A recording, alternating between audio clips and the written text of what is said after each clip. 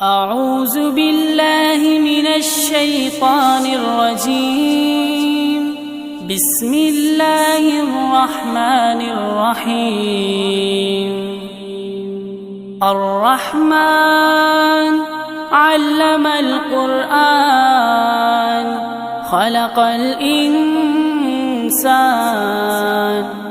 علمه البيان الشمس والقمر بحسبان. لله رب العالمين والصلاة والسلام على سيد الأنبياء والمرسلين وعلى آله وصحبه وذرياته وأهل بيته أجمعين، أما بعد، فقد قال الله تبارك وتعالى في القرآن المجيد: فأعوذ بالله من الشيطان الرجيم، بسم الله الرحمن الرحيم.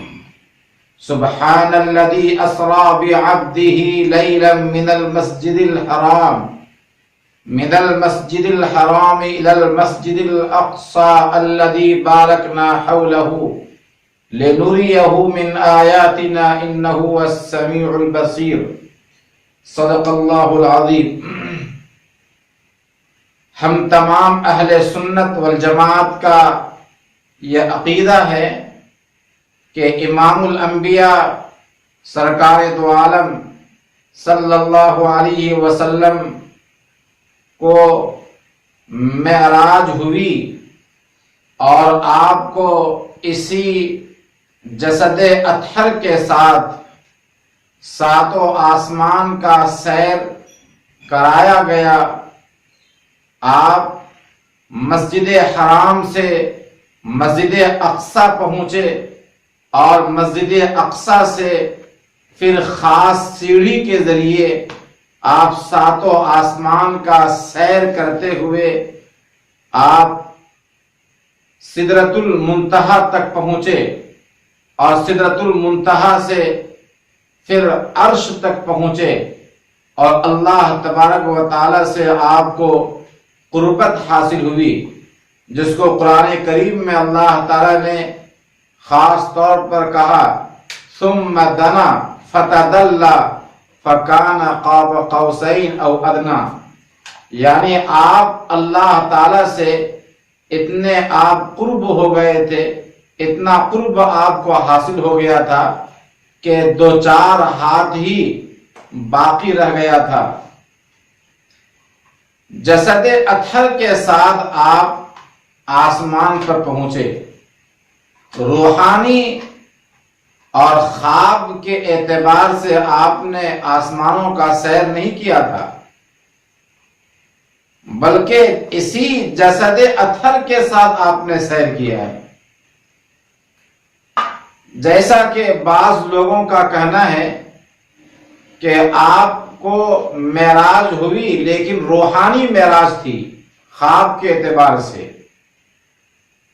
اگر خواب کے اعتبار سے معراج ہوتی یا روحانی اعتبار سے تو پھر کفار مکہ کو اس قدر آپ پر اعتراض کیوں ہوتا اور قرآن کریم اس کو اتنی اہمیت کے ساتھ کیوں بیان کرتا؟ روحانی اعتبار سے اور خواب کے اعتبار سے تو کوئی بھی سیکنڈوں میں آدمی خواب میں ایک ملک سے دوسرا ملک چلا جاتا ہے. ایک آدمی تھوڑی اگر نگاہ جھکائی چشم تصور کے ذریعے مکہ دیکھ لیتا ہے، مدینہ دیکھ لیتا ہے. تو یہ کوئی ایسا بڑا واقعہ تو نہیں ہے کہ جس پر قریش کو اس قدر اعتراض ہوتا. اور پھر یہ کوئی ایسا اہم واقعہ نہیں تھا جس کو قرآن کریم اس قدر اہمیت کے ساتھ بیان کرتا. اسی لیے اہل سنت والجماعت کا عقیدہ ہے کہ آپ علیہ الصلاۃ والسلام کو معراج ہوئی اور آپ کو سیر کرایا گیا اسی جسد اطہر کے ساتھ. تقریباً 45 صحابہ کرام سے معراج کی روایتیں منقول ہیں. جب آپ ابتلا اور آزمائش کی پرخار وادی سے آپ گزرے اور آپ کی ابتلا اور آزمائش کی انتہا ہو گئی تو اللہ تعالی نے آپ کو اس بلندی تک پہنچایا جس بلندی سے آگے کوئی اور بلندی نہیں ہے، جہاں مقربین فرشتے بھی نہیں پہنچ سکے، جہاں مقربین فرشتے بھی پیچھے رہ گئے، حضرت جبرائیل علیہ السلام بھی پیچھے رہ گئے، اور انہوں نے آپ سے کہا کہ یا رسول اللہ اب یہاں سے آپ تنہا جائیں، اگر ہم 1 انچ بھی آگے بڑھ گئے تو اللہ کے انوار و تجلیات ہمارے پروں کو جلا دیں گے۔ یہ یاد رکھیے کہ دستور ہے اللہ تعالی کا کہ اگر کوئی آدمی اللہ کے راستے میں، اللہ کی راہ میں، اللہ کے راستے میں آزمایا جاتا ہے اور ذلت و رسوائی سے کوئی آدمی اور گزرتا ہے تو اللہ تعالیٰ اس کے نتیجے میں انہیں بڑا مقام عطا کرتا ہے، انہیں بڑی عزت دیتا ہے۔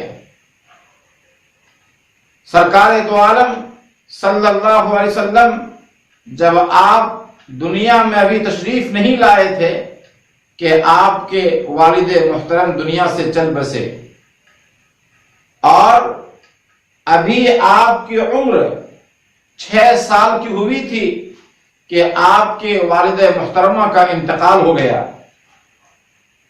والدہ محترمہ کے بعد آپ کا سہارا آپ کے دادا عبد المطلب تھے، لیکن 8 سال کی عمر شریف ہوئی تھی کہ وہ بھی دنیا سے چل بسے۔ دادا عبد المطلب کے بعد آپ کے چچا ابو طالب نے آپ کی کفالت قبول کی اور وہ آپ کے لیے ڈھال بنے،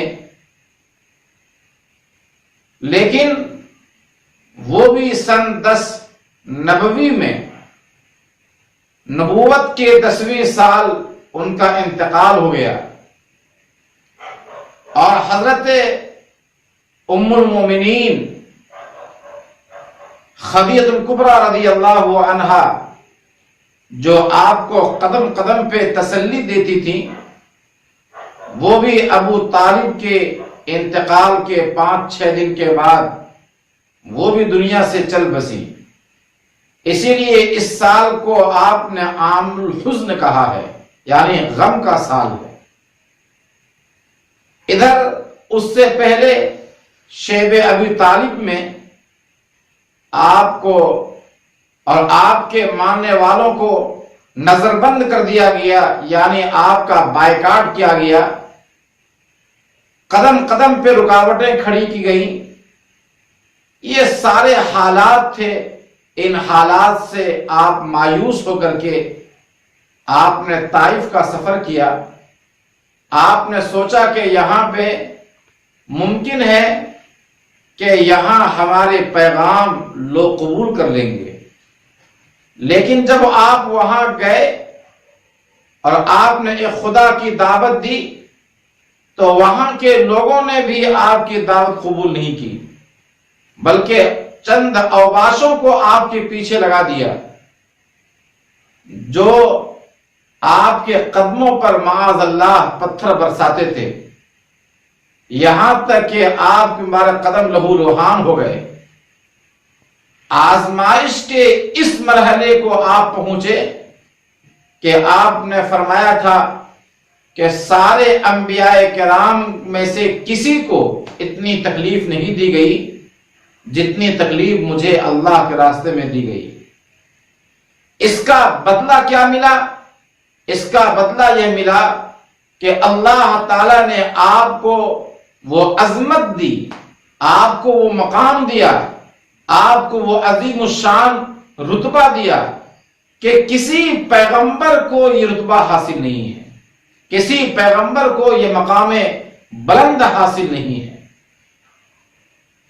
یہ پیغام ملتا ہے کہ اگر اللہ کے راستے میں کوئی پریشانی آتی ہے، کوئی تکلیف ہوتی ہے، اگر کبھی مزاج کے خلاف کوئی بات ہوتی ہے، سماج کی طرف سے، معاشرے کی طرف سے، لوگوں کی جانب سے، تو ہمیں برداشت کرنی چاہیے، ہمیں قبول کرنا چاہیے، ہمیں مایوس نہیں ہونا چاہیے، ہمارے حوصلے پست نہیں ہونے چاہیے، بلکہ ہمارے جذبات میں اور ابال پیدا ہو، اس لیے کہ یہ کام ہم اللہ کے لیے کر رہے ہیں۔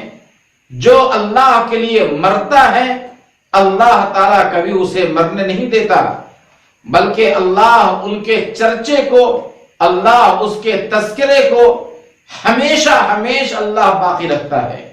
اللہ ایسے لوگوں کو رفعتیں دیتا ہے، بلندیاں دیتا ہے۔ پہلے انسان آزمایا جاتا ہے اور جب اس پر انسان صبر کرتا ہے تو اللہ تعالیٰ بڑا مقام دیتا ہے۔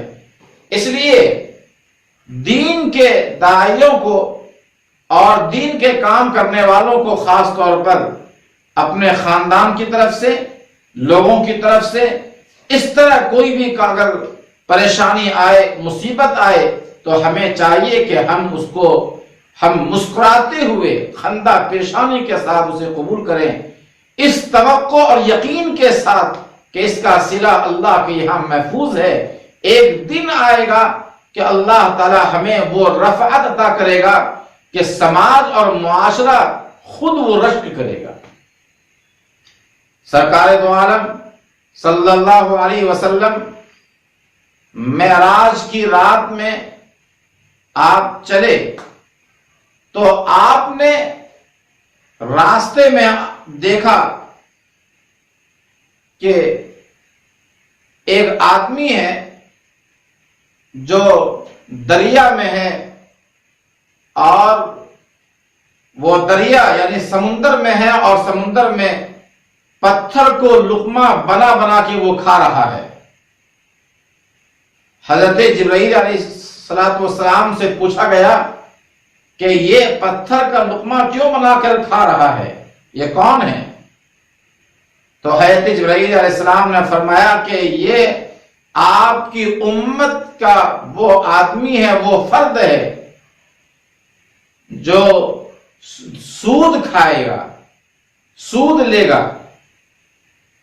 گویا یہ آپ کو نظیر بتائی گئی، مثالیں بتائی گئی کہ دنیا میں جو لوگ سود کھاتے ہیں اور اصل مال سے زائد مال لیتے ہیں، بظاہر یہاں سمجھ میں آتا ہے کہ مال جمع ہو رہا ہے، حالانکہ یہ مال جمع نہیں ہو رہا ہے، بلکہ یہ سب کے سب ناکامی کے تک کا اشارہ ہے۔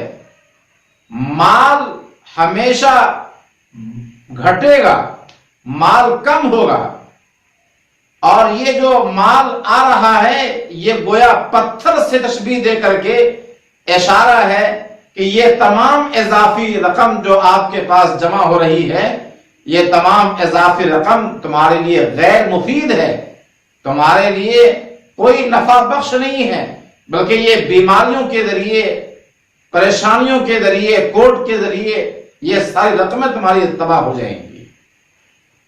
آپ آگے چلے تو آپ کا گزر ایسی قوم سے ہوا جس قوم کے لوگ کے ناخن وہ تانبے کے تھے اور وہ اپنے چہرے اور اپنے سینے کو وہ زخمی کر رہے تھے، نوچ رہے تھے۔ آپ کے پوچھنے پر حضرت جبرائیل علیہ السلام نے فرمایا کہ یہ آپ کی امت کے وہ لوگ ہیں جو دوسروں کی غیبت کریں گے۔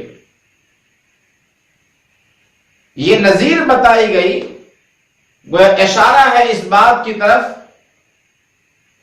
کہ کوئی آدمی دوسروں کی غیبت کرتا ہے تو جس کی غیبت کی جاتی ہے اس کا کوئی نقصان نہیں، بلکہ غیبت کرنے والے کا خود نقصان ہو رہا ہے۔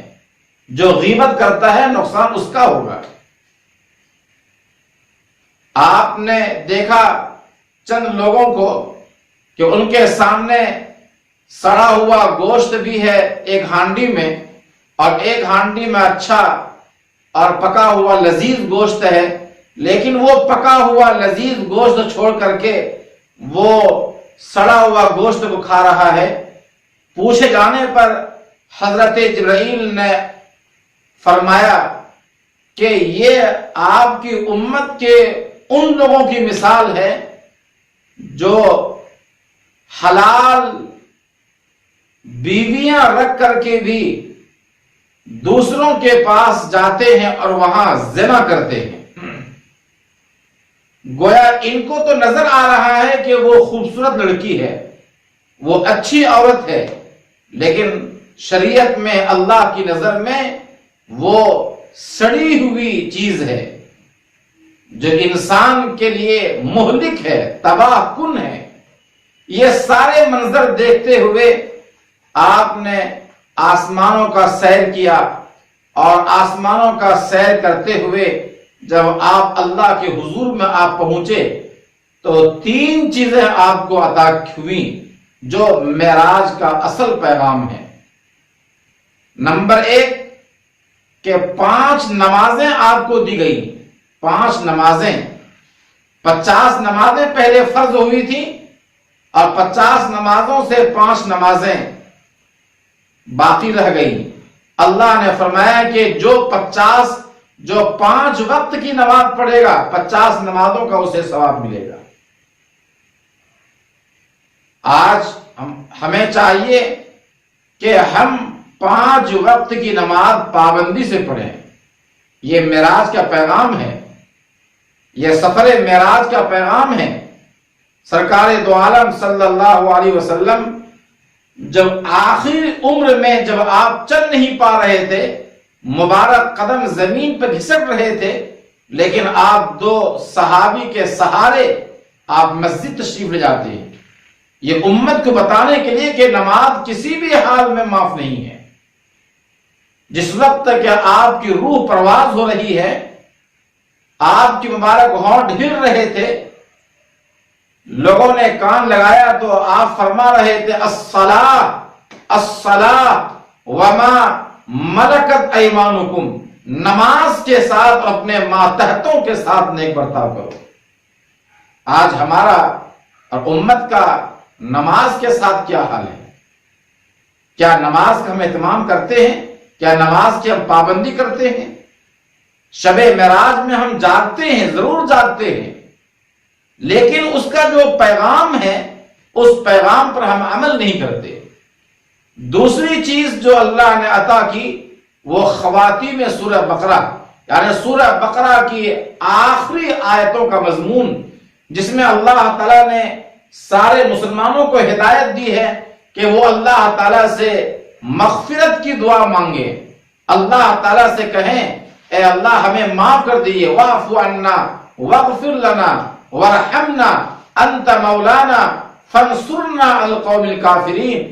مولائے کریم ہم غریب، ہم کمزور بندے ہیں، اے اللہ ہمارے پاس کوئی عمل نہیں جس کا ہم تجھے واسطہ دے سکیں، اے اللہ ٹوٹا پھوٹا عمل ہے، ہم صحابہ کرام کی نقالی کرتے ہیں، مولا اسے قبول فرما لیجیے، اے اللہ ہم آپ سے معافی چاہتے ہیں، ہم گنہگار ہیں، ہم گناہوں کے عادی ہیں اور آپ مغفرت کے عادی ہیں، آپ معاف کرنے والے ہیں، آپ ساری کائنات کے نظام عالم کو تنہا چلا رہے ہیں۔ یہ انسان کو چاہیے کہ وہ بیٹھ کے بات کرے اللہ تعالیٰ سے، وہ اللہ تعالیٰ کے سامنے اپنے مسائل رکھیں۔ معافی اللہ کو بہت پسند ہے، کوئی استغفار کرتا ہے، کوئی توبہ کرتا ہے، معافی چاہتا ہے تو اللہ بہت خوش ہوتا ہے، اور اللہ تعالیٰ نے یہ باضابطہ معافی کے یہ کلمات انسان کو سکھائے ہیں۔ اور تیسری چیز جو اللہ تعالیٰ نے آپ کو دی وہ یہ کہ آپ کی امت کا کوئی بھی آدمی اگر اس کے سینے میں توحید ہے، وحدانیت ہے، تو اللہ تعالیٰ اس کو معاف کر دے گا۔ قیامت کے دن چاہے اولین درجے میں پہلے کچھ سزا دے کر کے صحیح، لیکن بعد میں اللہ تعالیٰ اسے جنت عطا کرے گا۔ اور اگر کوئی آدمی شرک کرتا ہے، اگر کوئی آدمی کفر کرتا ہے تو اللہ تعالیٰ کفر اور شرک کو اللہ معاف نہیں کرے گا۔ تو یہ تین چیزیں، ایک تو نماز ہے، دوسرا اللہ سے معافی، توبہ استغفار، اللہ تعالیٰ کی عظمت کا اظہار، اللہ تعالیٰ کی بڑائی کا اظہار۔ انسان کو چاہیے کہ چلتے پھرتے وہ اللہ تعالیٰ سے معافی مانگیں، استغفار کریں، اللہ کی عظمت اور تقدس کا وہ اعتراف کریں، زبان سے اس کا ورد جاری رکھیں، اور جب بھی دنیا سے جائیں تو ایمان ہمارے سینے میں ہو، ایمان کی دولت لے کر کے جائیں، اس کی توفیق ہم اللہ سے مانگیں، اللہ تعالیٰ سے دعا کریں۔ یہ شب معراج کا اصل پیغام ہے۔ کاش کہ آج کے مسلمان اس پیغام کو سمجھیں اور عمل کریں، نماز کے نظام کو قائم کریں۔ اللہ کی قسم، اللہ تعالیٰ کائنات کے نظام کو بدل دے گا۔ اگر ہم یہ چاہتے ہیں کہ دنیا کے نظام جو باطل کے ہاتھ میں ہے اور دنیا کا نظام جو ابتر ہوتا جا رہا ہے، یہ نظام میں بہتری پیدا ہو، تو ضرورت اس بات کی ہے کہ ہم خود اپنے عمل کو بدلیں، اپنے کردار کو صحیح کریں، اپنے آپ کو بدلیں، تب کہیں اللہ تعالیٰ ہمارے حالات کو بدلے گا۔ اللہ تعالیٰ معراج مصطفیٰ کے اس پیغام پر عمل کی اللہ توفیق عطا فرمائے۔ وما علینا الا البلاغ۔ اعوذ باللہ من الشیطان الرجیم، بسم اللہ الرحمن الرحیم۔ الرحمن علم القرآن، خلق الانسان، علمہ البیان، الشمس والقمر بحسبان۔